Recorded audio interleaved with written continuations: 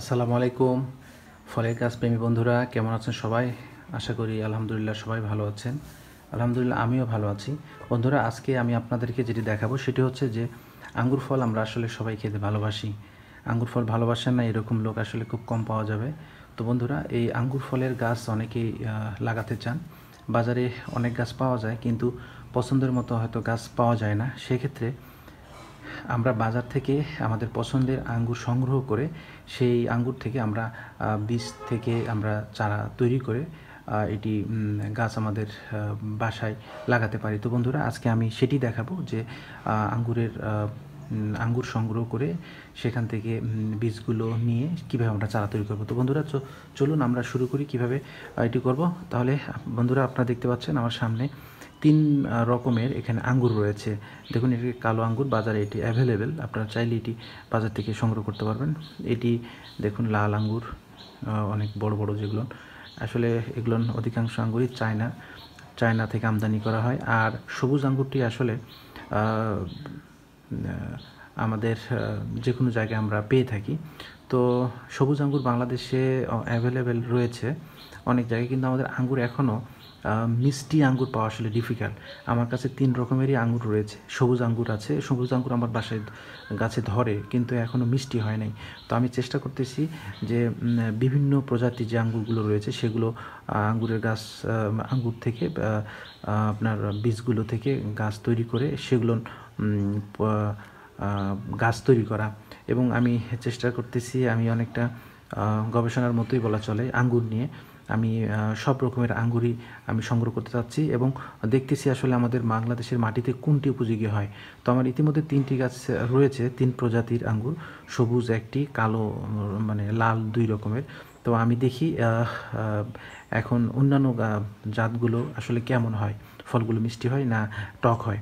তো বন্ধুরা, আপনারা আপনাদের যদি আমি এই আঙ্গুরের গাছ তৈরি করে যদি মিষ্টি হয়, তাহলে আমি আপনাদেরকে সহযোগিতা করব এবং চাই যে সারা বাংলাদেশে এই আঙ্গুরের জাতগুলো বিস্তীর্ণ লাভ করুক এবং সবার ঘরে ঘরে আঙ্গুরগুলো থাকুক, আঙ্গুরের গাছ। তো বন্ধুরা, চলুন কথা না বাড়িয়ে আমরা শুরু করি আমাদের মূল কাজে। তো আমরা যেটি এখন প্রথমেই করব সেটি হচ্ছে আপনাকে আঙ্গুর সংগ্রহ করে সেখান থেকে আপনাকে বীজ সংগ্রহ করতে হবে। বীজ সংগ্রহ করার পরে আপনাকে কী করতে হবে, এগুলো কীভাবে গাছ তৈরি করতে হবে সেটা আমি দেখাবো। তো প্রথমে আমি ধরি এই আঙ্গুরটি, এই যে এখানে দেখতে পাচ্ছেন কালো আঙ্গুর, বেশ মিষ্টি আঙ্গুর এগুলো। তো আমি ধরি এই আঙ্গুরটি এখান থেকে নিয়ে আমি কিভাবে এই সিডটা সংগ্রহ করব সেটি আমি দেখাচ্ছি। আপনি এভাবে নেওয়ার পরে আপনি এর ভিতরে কিন্তু আপনি ইজিলি সিড পেয়ে যাবেন। এই যে দেখুন, এই যে বন্ধুরা, এই যে সিড দেখতে পাচ্ছেন, এই সিডটি আমরা এখানে কী করব, সংগ্রহ করব। এইভাবে আপনি যে কয়টি সিড আছে সেই সিডগুলো আপনি আগে নিয়ে নেবেন। আচ্ছা, এখানে দেখতে পাচ্ছি, হ্যাঁ, এখানে মোট 4টি সিড আমি পেলাম এই আঙ্গুর থেকে।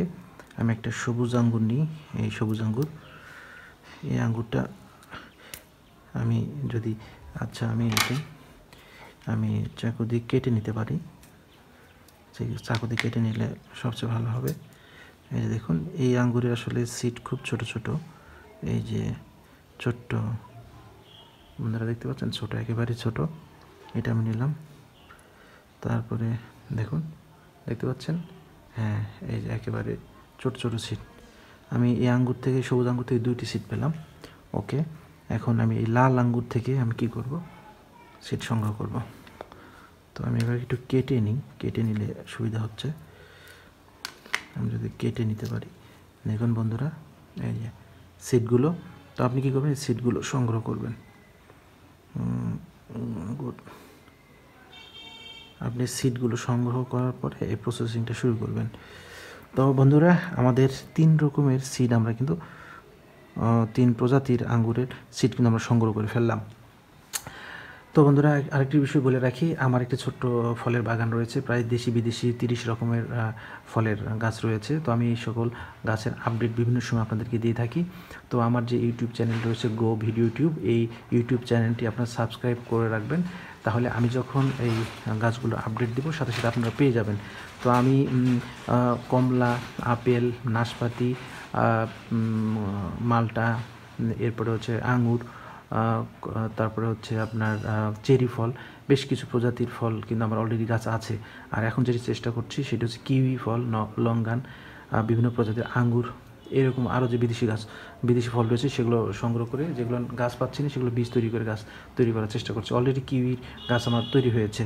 তো বন্ধুরা, আপনারা আমার ইউটিউব চ্যানেল গো ভিডিও ইউটিউব সাবস্ক্রাইব করে রাখবেন, তাহলে পরবর্তীতে যখন আমি ভিডিও আপলোড করব এবং গাছের বিভিন্ন পরিচর্যা সম্পর্কে জানাবো, সাথে সাথে আপনারা পেয়ে যাবেন। তো চলুন, এরপরে পরবর্তী স্টেজ হচ্ছে, প্রথমে তাহলে কী করলাম, আঙ্গুরগুলো সংগ্রহ করে তার বীজ আমরা এভাবে ছড়িয়ে নেওয়ার পরে আমাদেরকে পরবর্তী কাজ যেটি হচ্ছে সেটি হচ্ছে যে আমাদেরকে টিস্যু পেপার নিতে হবে। বন্ধুরা দেখুন, আমাদেরকে এই যে এরপরে যে গাছ কীভাবে আমরা তৈরি করব সিড থেকে, সেই জন্য আমাদেরকে টিস্যু পেপার নিতে হবে। তো টিস্যু পেপারটা কীভাবে আমরা করব সেটি আমরা আপনাদেরকে দেখাচ্ছি।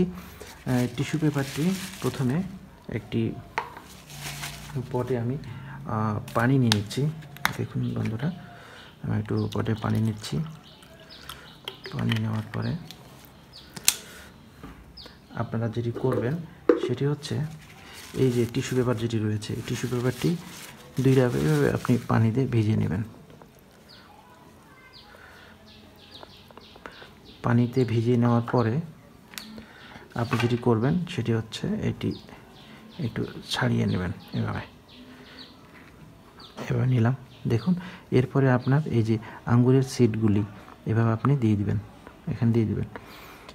আঙ্গুরের সিডগুলো এভাবে দিয়ে দিলেন। দেওয়ার পরে এবার আমি 3 রকমের সিডগুলো আমি দিয়ে দিলাম। দেওয়ার পরে আপনি যেটি করবেন এটি এভাবে মুড়িয়ে দেবেন। টিস্যুটি মুড়িয়ে দেওয়ার পরে আপনাকে যেটি করতে হবে, এই যে সিডটি আমরা টিস্যু পেপার দিয়ে যে মুড়িয়ে নিলাম, এরপর আমাদের কি করতে হবে, এয়ারটাইট ব্যাগ কিন্তু বাজারে পাওয়া যায়। যদি না পাওয়া যায় তাহলে আপনারা কী করবেন, এরকম যদি কোনো কৌটা অথবা পট নেওয়ার পরে আপনি এটি কী করবেন, এটিভাবে পটে দেওয়ার পরে আপনি এটি এয়ারটাইট দিয়ে আপনি এটা মুড়িয়ে রাখবেন। ওকে, এই যে আমি এয়ারটাইট দিয়ে রাখলাম। এটি 2 থেকে 3 সপ্তাহ আমাকে এভাবে রাখতে হবে। 2 থেকে 3 সপ্তাহের মধ্যে আপনার এখান থেকে ছোট ছোট আপনার হচ্ছে বীজ থেকে চারা তৈরি হবে। এবং এই চারাগুলো কি করবেন, যখন হয়ে যাবে তখন এটি খুলে আপনি হচ্ছে এটি আপনার পছন্দ মতো জায়গায় রোপণ করবেন। তো বন্ধুরা, আমি আবার 2 থেকে 3 সপ্তাহ পর যখন চারাগুলো তো বের হবে, তখন আমি আপনাদের খুলে পরবর্তী অবস্থানটি আপনার দেখাবো। তো সবাই ভালো থাকবেন। আর বীজ থেকে চারা তৈরি করার নিয়ম প্রায় একই রকম, আপনারা একটি ফলো করলে বাকি সবগুলো করতে পারবেন। তো বন্ধুরা, পরবর্তীতে আবার দেখা হবে। শেষ পর্যন্ত ভালো থাকবেন আর আমার ইউটিউব চ্যানেল সাবস্ক্রাইব করবেন, পরবর্তীতে আপডেট দেওয়ার সাথে সাথে আমরা পেয়ে যান। তো পরবর্তীতে আবার দেখা হবে নতুন কোনো বিষয় নিয়ে। তো সে পর্যন্ত ভালো থাকবেন। আসসালামু আলাইকুম।